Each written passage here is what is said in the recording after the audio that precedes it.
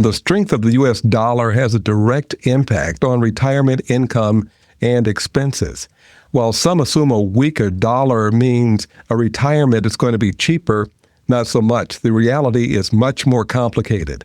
Understanding this relationship can help retirees make smarter planning decisions. Welcome to Leibel On Fire with Amazon bestselling author and Yields for You portfolio manager, Leibel Sternbach. Leibel On Fire is supported by our ETFs, Yields for You Strategy A, and Relative Strength Managed Volatility. Our mission is to help 1 million people retire with financial security. Now, the Financial Independence and Retirement Show dedicated to helping you build the life of your dreams as fast as possible with as little stress as possible. It's Leibel On Fire.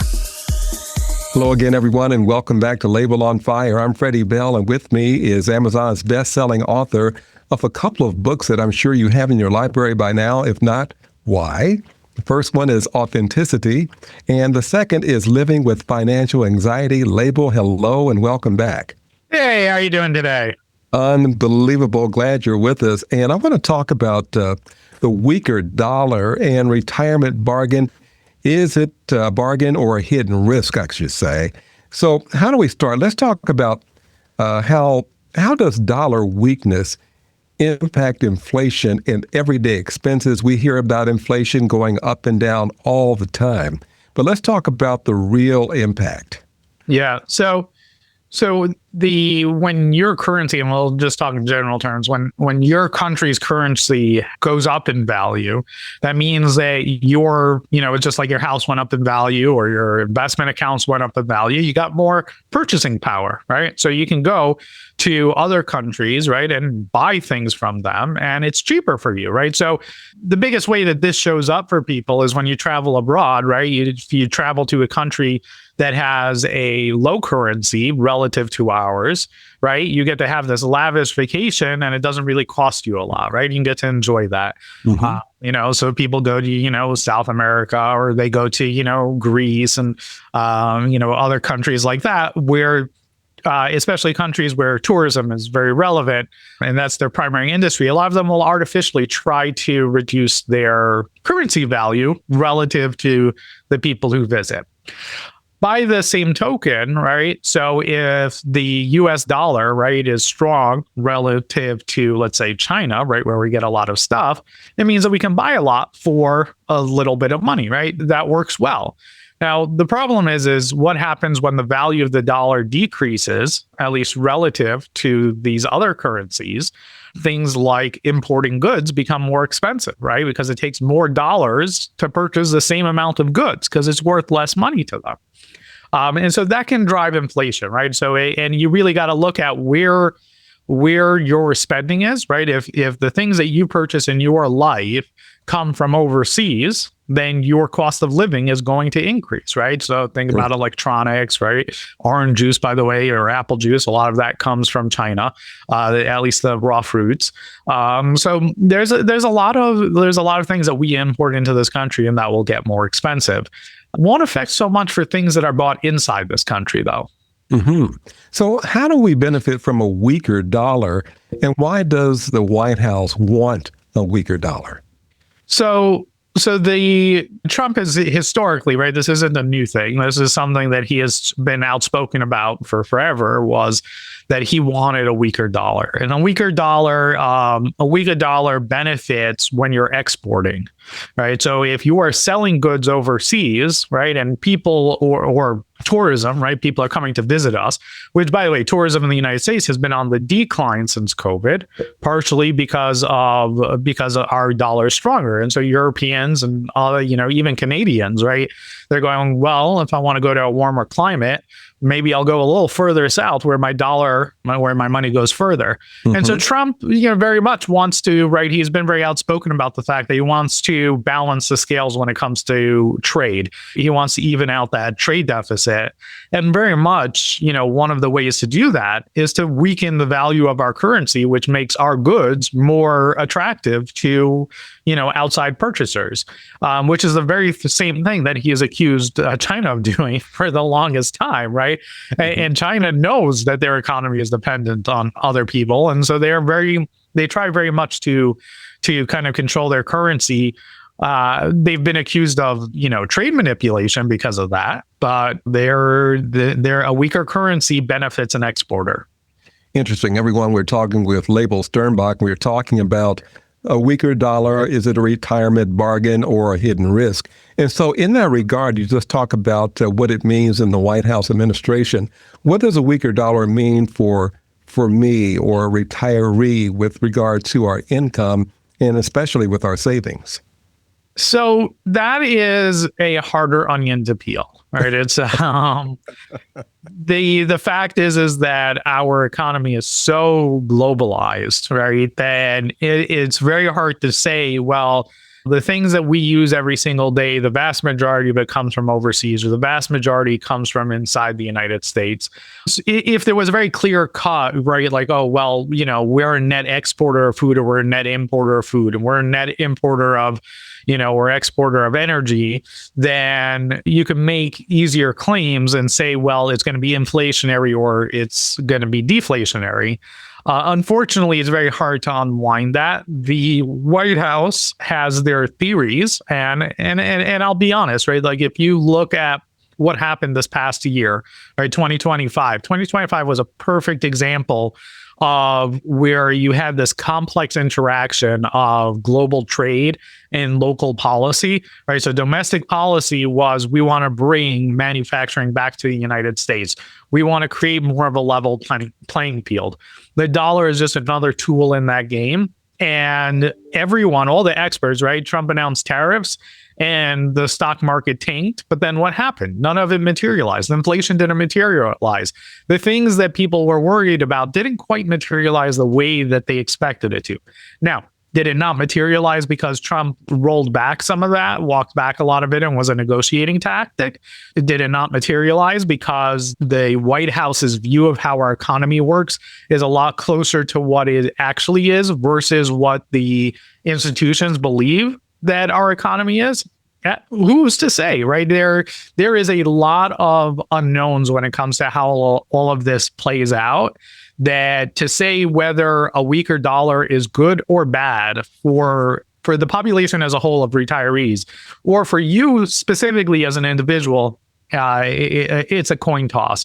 It's going to affect a lot of things in a lot of different ways. And we really won't know until the dust settles and the history books are written of whether this is a net positive or a net negative. However, what I can tell you is it's going to be volatile. There's going to be a lot of volatility around it.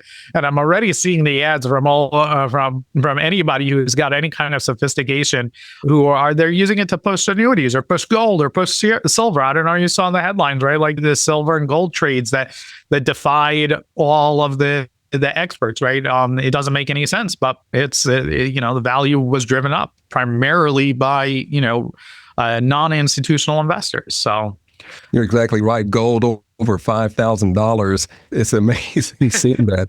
So you mentioned the uncertainty. So I think I have the answer to this question. So how does a retiree adjust their income or their withdrawal strategy? Is it like reading tea leaves or looking into a crystal ball at this point? Right now, it's a little bit like reading into a crystal ball, but this also goes back to proactive planning, right? And this is about having a plan. So there's two parts to this plan. Part one is you need to have an income plan that is independent of the markets. And no, I'm not advocating for purchasing an annuity, because an annuity, yes, it can solve the decoupling from the market if it's done properly. However, you need something that says, hey, the money that I'm spending over the next few years, if the market goes up, the market goes down. If inflation goes up or goes down, doesn't matter. It doesn't affect my ability to retire or to stay retired, because this is the money I'm going to spend, right? And so that's why we have our 321 retirement plan. That's why we've got our 3 buckets. That's why we use different investment strategies, because you can't just have one investment strategy, right? Even if you you put all your money into an annuity, right? Well, what happens if the things that annuities are pegged to don't do well, right? So then you're negative, right? And even if your account balance is not negative, your real purchasing power is negative because of inflation, right? So you've got to combat these things. So you want to, number one, you want to make sure you have an income plan that is independent of what's happening and that can keep up with inflation. Number two is you need to recognize when these fundamental forces of nature change, right? So for the longest time, the dollar was very strong, right? The dollar is no longer very strong. We also have foreign governments that are looking at the dollar and saying, well, should I keep this as a reserve currency, right? Should I maybe diversify a little bit? Should I go back to gold, right? Should I, invest in other things? You have energy, which is, it's a global commodity. And so what you got to look at is got to look at your portfolio. You're going to say, okay, well, the things that have historically been true, they may not be true anymore, right? Investing in internationals, right? Last year, international stock markets for the first time, and I think in about 25 years, really outperformed the United States stock market, right? It doesn't happen very often, but it's happening for fundamentally sound reasons, right? Trump managed to get NATO countries to invest, to commit to 2% of GDP, and they're actually investing in it because they're seeing that, well, there's a threat at their door and they got to gear up for it. They have, energy independence. They're investing in energy independence, and they're trying to stimulate their economies in ways that, onshoring and isn't so globally, subjective to the disruptions that happened during COVID, and that Russia and China have shown they're very willing to engage in. And so what that means is that when you look at, when I look at gold, when I look at the dollar, when I look at foreign currencies, when I look at foreign equity markets, they are now an investment option that we really need to consider, right? It's not something where like, whatever, it's just about making money. Now it really is about diversification. It really is, well, let's combat some of that price erosion, that inflation that we're having in our portfolio by holding some European stocks, right? By holding some, Japanese, stocks and bonds, and diversify so that we still have our purchasing power, right? Because the federal government, they want interest rates to go down, and so they're okay with it going down. Now, what does this mean overall in the long run? It means you got to change up your portfolio. You got to stay on your toes just like everything else. And buy and hold doesn't quite mean buy and forget, right? It means that you got to be cognizant of the market that we're in. And the market is definitely changing because it's the one thing that Trump is good at. It's volatility. So. Indeed. We got to leave it right there, but we can find more information if you're interested at yields4u.com. That's yields, the number 4, the letter U.com. And as Leibel has said, a weaker dollar can impact retirees in a lot of different ways, depending on income, expenses, and investments. The goal isn't predicting the dollar, as we've heard today, but building a plan that can handle change. Awareness and preparation can make all the difference. If you would like to see how the Yields for You team can help you get off the Wall Street roller coaster and save you money on taxes so you can live the life of your dreams, book an appointment online at yields4u.com or call 410-914-4894. Yields for You is a registered investment advisor in the state of New York and only transacts business in states where the firm is properly registered or is excluded or exempted from registration requirements. Registration as an investment advisor is not an endorsement. Information presented on this program is believed to be factual and up to date, but we do not guarantee its accuracy, and it should not be regarded as a complete analysis of the subjects discussed. Discussion should not be construed as an offer to buy or sell or solicitation of any offer to buy or sell the investments mentioned. Annuity guarantees are subject to the claims paying ability of the issuing insurance company. Content should not be viewed as legal or tax advice. Always consult an attorney or tax professional regarding your specific legal or tax situation.